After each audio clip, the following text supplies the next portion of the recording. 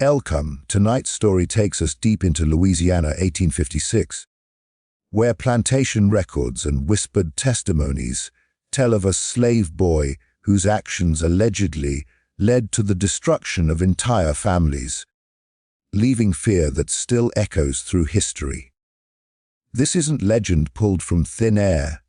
It's pieced together from court notes, personal journals, and fragments history tried to bury. Before we go any further, tell me in the comments where you're watching from, and make sure you subscribe, because uncovering real historical cases like this takes serious time, effort, and deep research that most stories never get.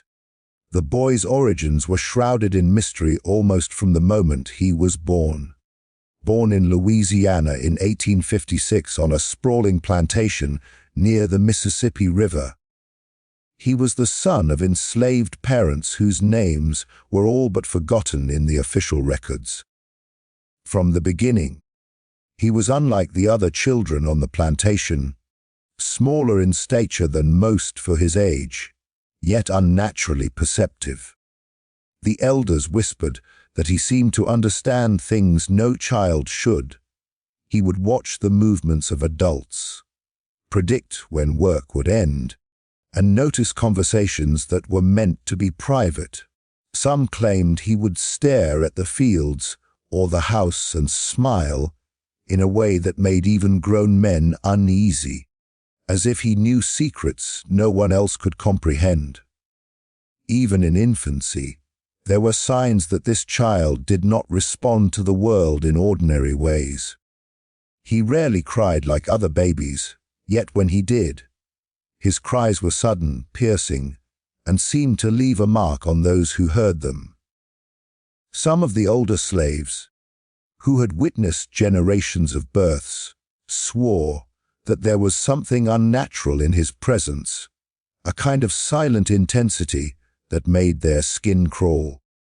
Mothers who had nursed other children on the plantation admitted to feeling a chill whenever he was near it. They could not explain it, but instinct told them to keep a cautious distance. As he grew older, his behavior became increasingly unusual. Unlike the other children who played in the fields, he spent hours observing, sometimes the slaves, sometimes the masters, and would memorize everything he saw. He learned quickly, mastering tasks at a speed that left adults bewildered. He was small but strong, clever beyond his years, and unnervingly quiet. Some of the field hands noted that objects seemed to move around him or go missing inexplicably, and when confronted, he would give no explanation, only a blank stare that seemed to pierce through anyone who dared question him. By the time he reached school age, if one could call it that, as formal education was rare for slaves, it was already clear that he was feared more than loved. Other children avoided him instinctively, sensing something in his presence they could not name. Stories circulated among the adults that he could manipulate animals, that horses would shy without reason, and that livestock occasionally went missing or died under strange circumstances. These were the whispered beginnings of the reputation that would grow into outright terror across the region. The masters themselves began to notice him, and while some were impressed by his intelligence and skill, others felt a creeping unease they could not rationalize. He was obedient when commanded, yet always seemed to have a plan of his own. During work assignments, he would appear to follow orders, yet subtle disruptions would occur, tools misplaced, crops damaged, or tensions sparked between workers, and the adults could not explain how. It was as if the boy was watching, learning, and quietly exerting influence over everyone and everything around him without ever touching it directly. By adolescence, the whispers about the boy had grown into fear.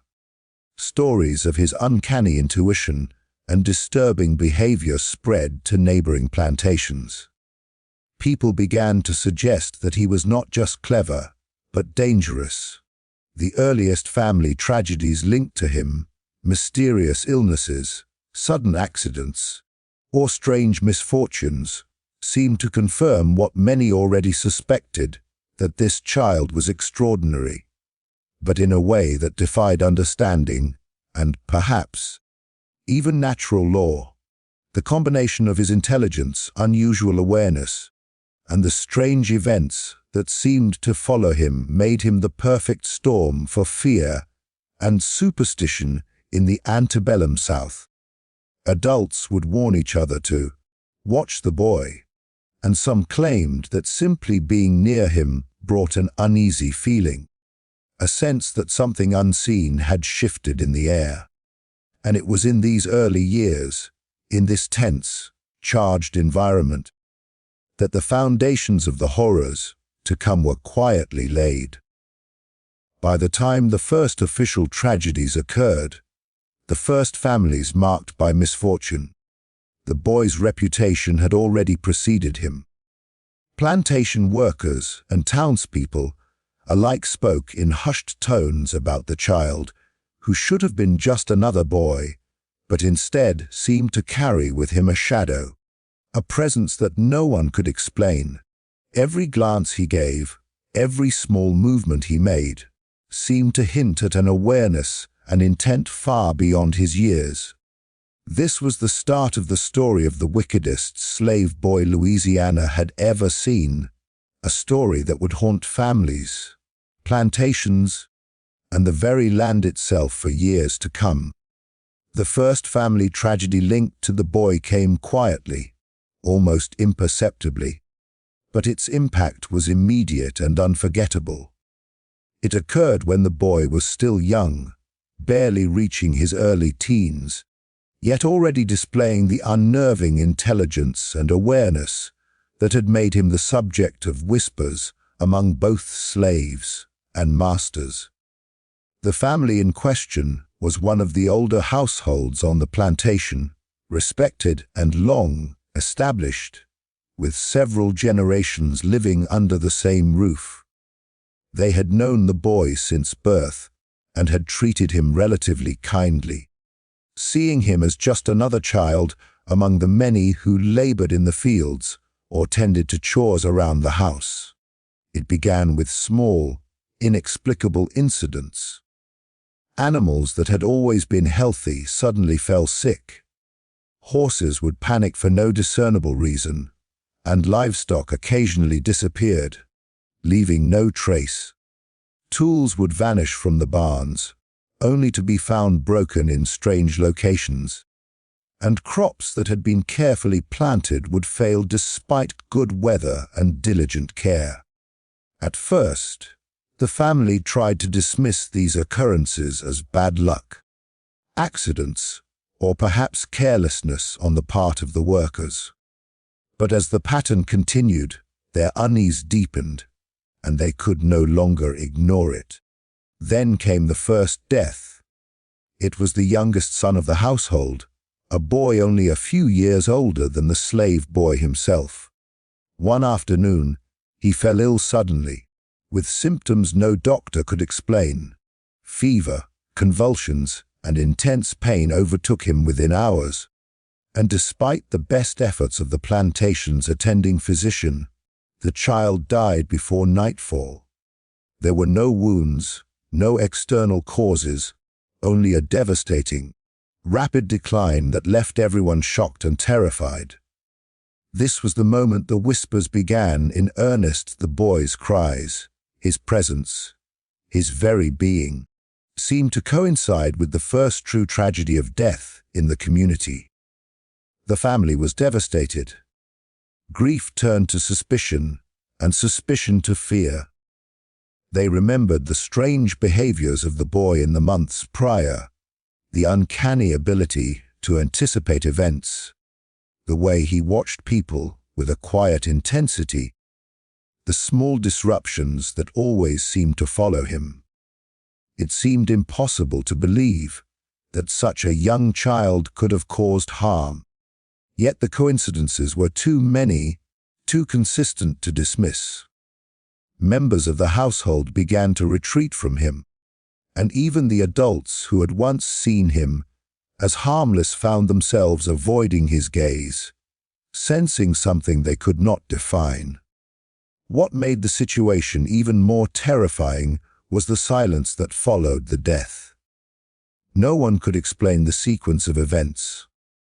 The boy himself did not cry, did not react with guilt or sadness in ways the adults recognized.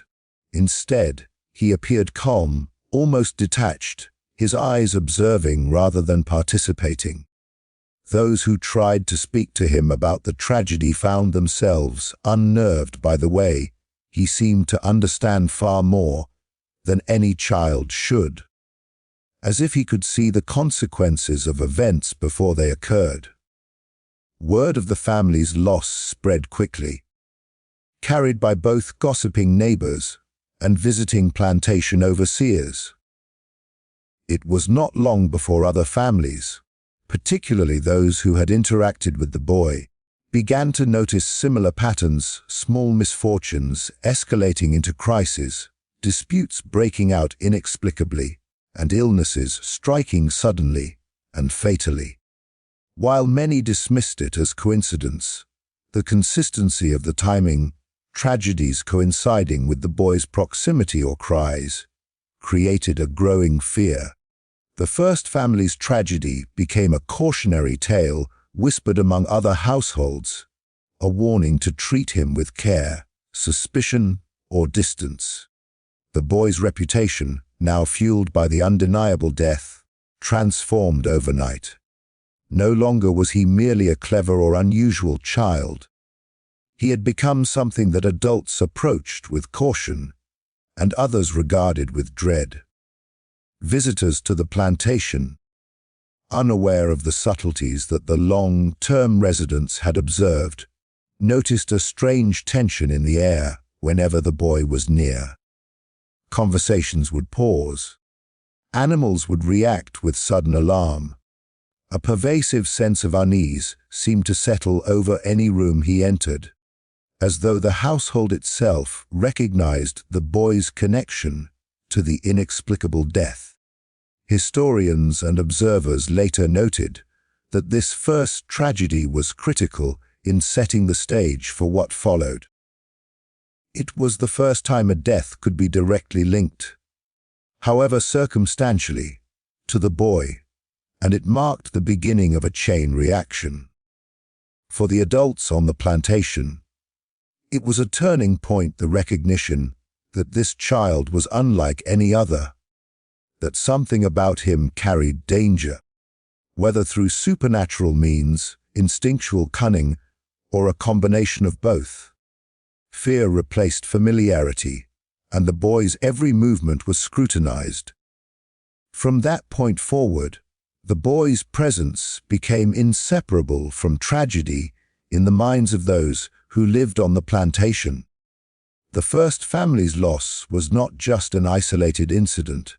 It was the spark that ignited a pattern of suspicion, fear, and anticipation of misfortune that would haunt families for years.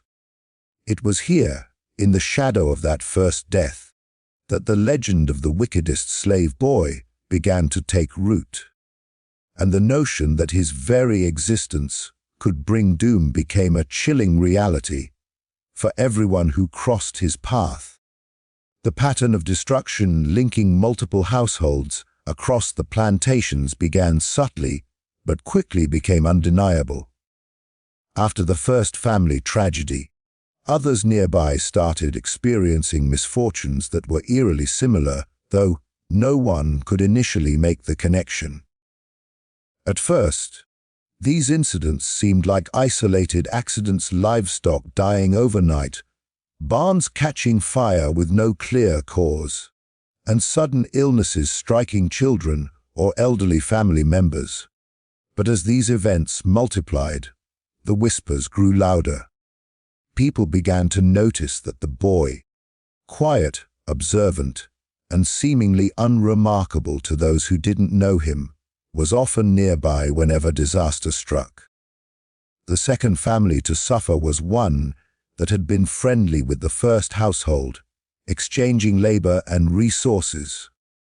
Their troubles began with strange occurrences: water in the well turning foul, crops wilting despite care, and small injuries turning into infections that no one could explain. Then, as with the first family, the real calamity arrived. The master of the house fell gravely ill, and within days, his wife succumbed to what the doctor called a sudden and inexplicable disease. Their children followed in quick succession, leaving only the servants alive to tell the tale. Those who remained were terrified to speak, for even discussing the events seemed to make the boy's presence grow heavier in their minds. The community around the plantations began to take notice. It was no longer coincidence that a series of deaths and misfortunes followed the same pattern. Neighbors whispered about the boy's uncanny timing, the strange intensity of his gaze, and the way small, seemingly insignificant actions he took always preceded disasters. His intelligence, which once had seemed remarkable and harmless, was now frightening. Some claimed he could manipulate events without even touching anything, a tool left in the wrong place, a word spoken at the right moment, a glance that seemed to unsettle animals or people. Whatever it was, his influence became impossible to ignore.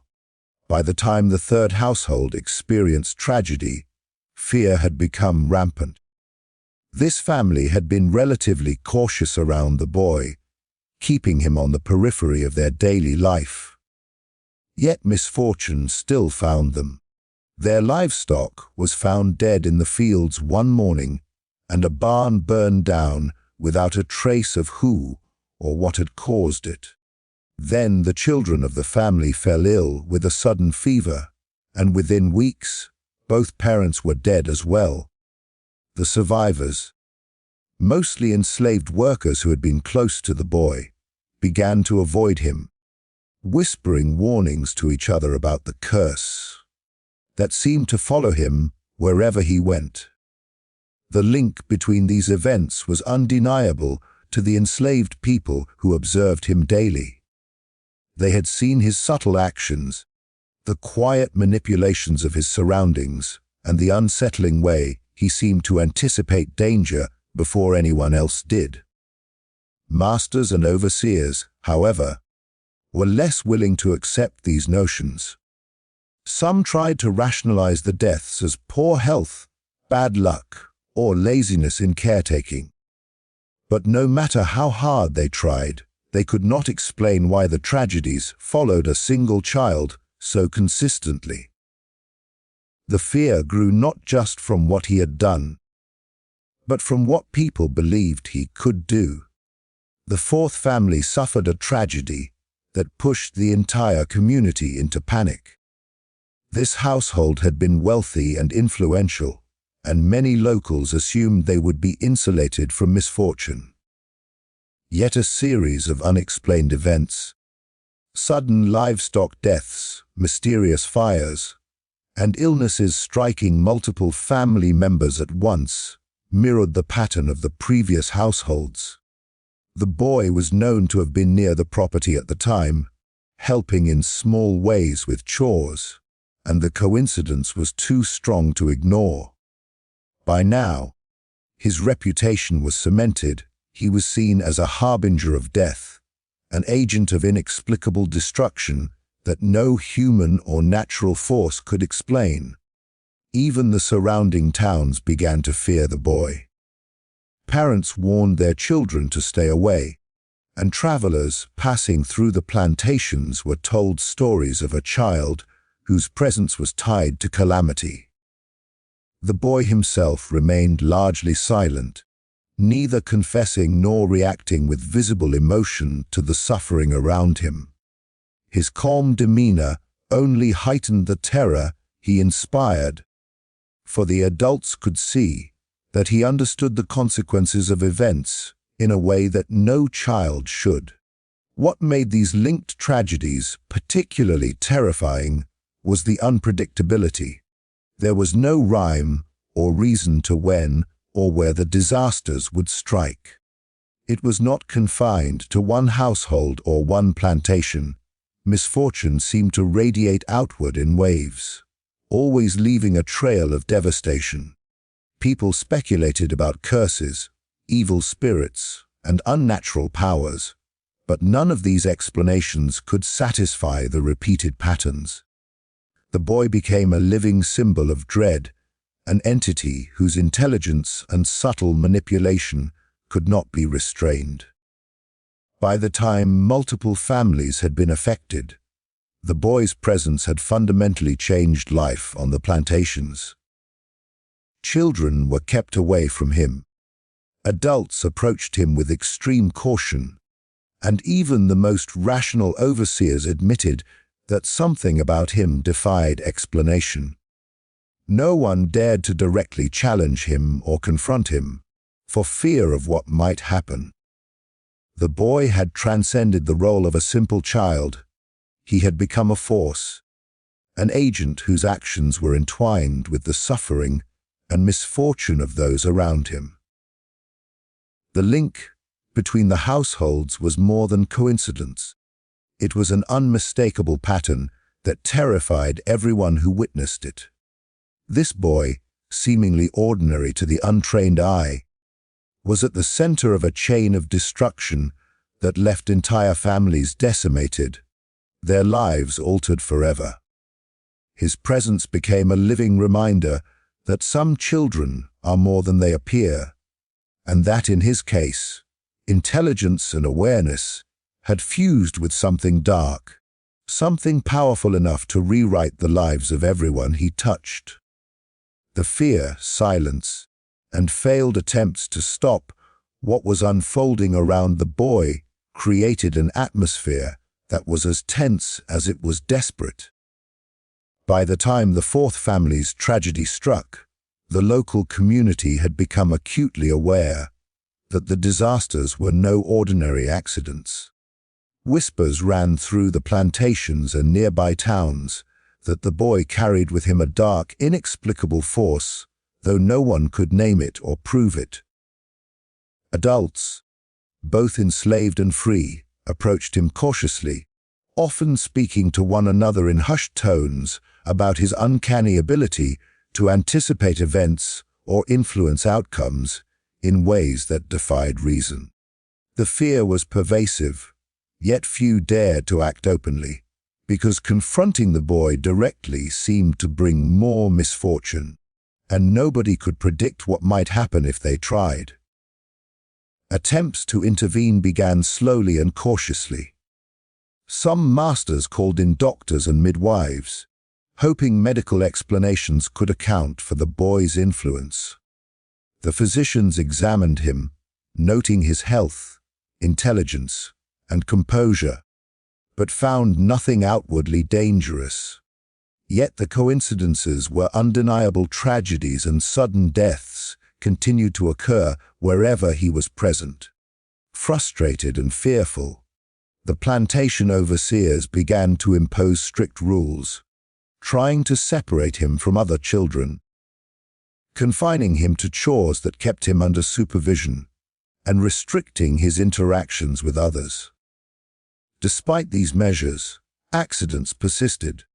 Barns mysteriously burned, animals died, and illnesses spread in patterns that no one could explain. The enslaved community, who had witnessed the boy's intelligence and quiet manipulations firsthand, began to practice avoidance as a protective measure. Parents told their children to stay away. Workers whispered instructions to ignore him, and even those who had grown attached tried to minimize their interactions. They sensed that any direct confrontation could trigger misfortune, but remaining silent came with its own burden. Many carried guilt, feeling powerless to protect the families who were being destroyed. and unable to warn the outsiders who might cross paths with him. Superstitions began to grow alongside fear. Some believed the boy was cursed, a vessel for a malevolent spirit, or perhaps even the embodiment of revenge for wrongs no one could trace.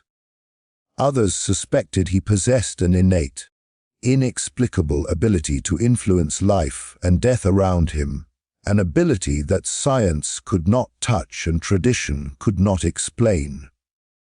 Meetings were held secretly among the plantation owners, discussing whether he should be sold, punished, or sent away. Yet each option was fraught with uncertainty. Sending him to another plantation could spread the calamity, and punishment had no apparent effect. After every attempt to discipline or confine him, misfortunes continued, reinforcing the belief that he was more than a child, more than human. Fear became institutionalized, silently governing the behavior of the plantation. Workers avoided speaking loudly around him, often leaving rooms when he entered. Masters instructed children to give him space, and even casual greetings were performed with caution. The boy's presence created a paradox. No one could act against him without risking disaster, yet ignoring him did not stop the misfortune either. This created a tense equilibrium of fear and avoidance, a state that the community maintained for years, with dread lurking in every glance and every step. Attempts to explain his actions through logic were equally futile. Physicians, clergy, and other educated individuals offered theories, but none were satisfactory. Some blamed environmental factors or disease.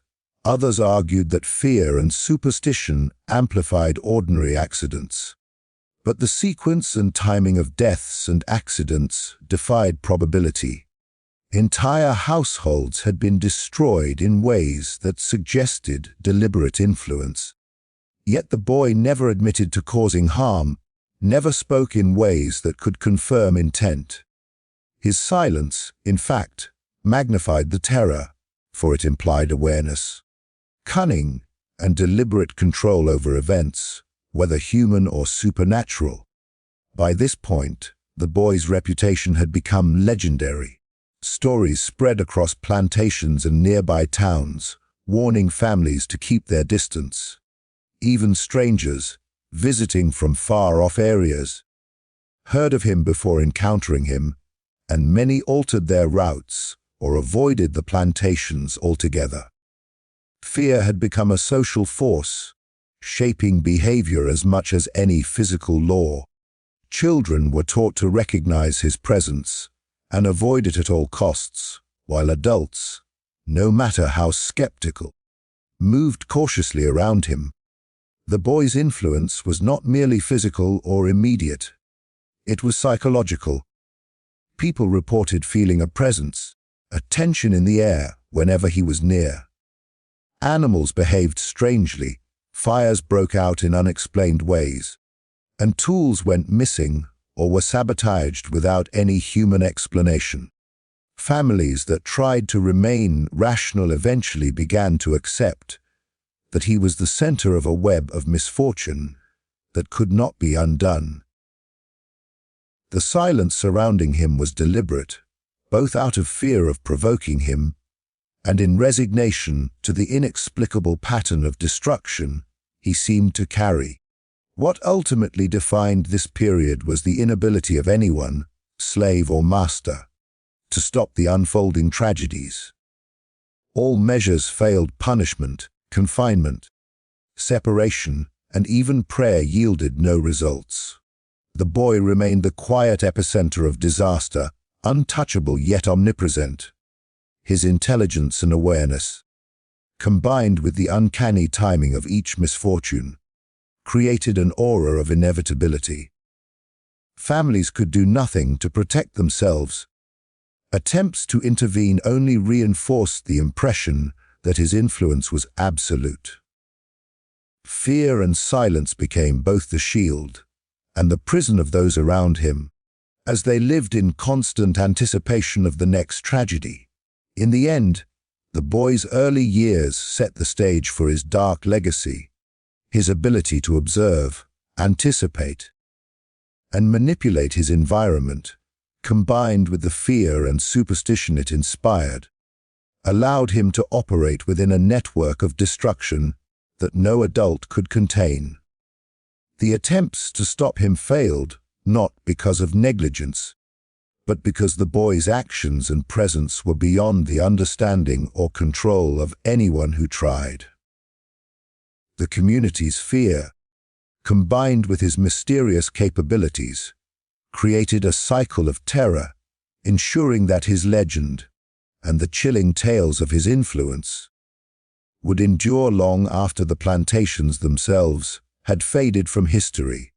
The final incident that sealed the boy's place in Louisiana's darkest history was a culmination of years of fear, tragedy, and unexplainable events.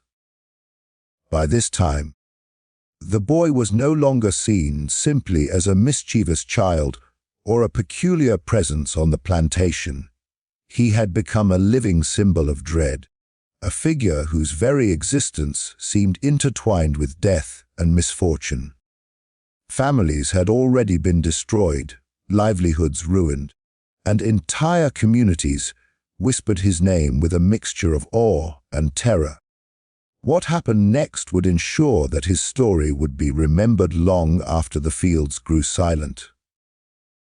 The incident began quietly, as many of the earlier events had, with small disturbances that went almost unnoticed at first. A nearby plantation reported that livestock had died overnight, a few cows, some chickens, and that a fire had broken out in a barn, leaving the workers scrambling to save what little remained. Tools went missing, stored grain rotted inexplicably, and the crops, which had appeared healthy, began to fail in patches. Though the community had learned to expect strange events in his presence, there was a growing unease because this time, the events seemed to intensify. The boy himself appeared calm, almost detached, as though aware that the consequences of his actions were imminent and unavoidable. The tragedy struck when an influential family, long considered untouchable by misfortune, suffered a sudden and catastrophic loss. Within days, the father became gravely ill with symptoms that baffled the local doctor, while his wife and children followed one by one in rapid succession. The speed and severity of the deaths were unprecedented, and there were no obvious causes, no disease outbreak, no accident, no environmental factor that could account for what was happening. Those who had previously tried to rationalize the boy's earlier misfortunes as coincidence could no longer deny that something beyond explanation was occurring. What made this final incident so horrific was the way it unfolded in full view of the community. Neighbors came to offer support, only to witness the boy nearby, observing with an unsettling calmness as the events transpired. Adults who had once attempted to discipline him or separate him from the households now stepped back, fearing that any interference might worsen the situation. Even the enslaved workers, who had grown familiar with his presence over the years, approached him with a mix of reverence and terror, whispering prayers under their breath as they watched the destruction spread. Attempts to intervene were futile. Local authorities and plantation owners tried to quarantine the boy, keeping him confined to a single area of the property, but misfortunes continued to strike regardless of where he was placed. Fires erupted in other fields, livestock continued to die, and illnesses seemed to follow the pattern that had been established years earlier. The boy's silence and unflinching composure only intensified the fear, suggesting that he understood the consequences of his presence in a way that no one else could. His eyes, calm and steady, seemed to pierce through anyone who dared look directly at him, leaving them with the chilling impression that he was in control of events far beyond their comprehension. The final blow came when the last members of the influential family perished under mysterious circumstances, leaving the household entirely decimated. By now, the pattern was unmistakable. Wherever the boy was present, misfortune and death seemed inevitable. The plantation workers who remained were left to tend the abandoned fields and homes in silence, fearful of drawing attention from the boy. Even the neighbors, who had once dared to cross paths with him, began to avoid the area entirely, leaving the plantation isolated and steeped in a sense of dread that would persist for years. This incident solidified the boy's reputation as the wickedest slave child in Louisiana history. His influence, whether supernatural or an uncanny manipulation of his environment, had now been demonstrated beyond question. Stories spread throughout the region, carried on the whispers of workers, overseers, and neighboring families. They spoke of his uncanny intelligence, his silent observation, and the unexplainable sequence of deaths and disasters that followed him. He became a figure of legend, a symbol of fear that transcended his years and marked him as an almost mythic presence in local history. After this final tragedy, plantation owners and local authorities realized that conventional means of control were useless. Attempts to punish, sell, or remove the boy were met with continued disasters, reinforcing the idea that his presence alone carried a destructive power. Fear became the ruling force in the area, dictating behavior, conversations, and even the movement of people and goods across plantations. Families that had once considered themselves safe now lived in constant vigilance, and even generations later, tales of the boy's wickedness were recounted as warnings to children and newcomers. The final incident was not just a personal tragedy for the families involved. It reshaped the collective consciousness of the community. The boy's life and actions had become a lens through which people understood the fragility of their existence and the limits of their control over life and death. He was no longer just a child on a plantation. He was a force that history could not ignore. From that moment forward, the story of the wickedest slave boy became inseparable from the land itself, embedded in the whispered histories, the fearful traditions, and the memories of those who survived to tell the tale. This culmination ensured that his legacy would endure. The boy's uncanny intelligence, combined with the tragic pattern of destruction that followed him, created a legend that transcended his lifetime. Even as the plantations were abandoned or transformed over time, the memory of what he had wrought remained a dark undercurrent in Louisiana folklore. The final incident was the defining moment that etched his name into history, not merely as a mischievous or clever child, but as a singular figure whose existence had irrevocably altered the lives of entire families and left an indelible mark on the region's collective consciousness.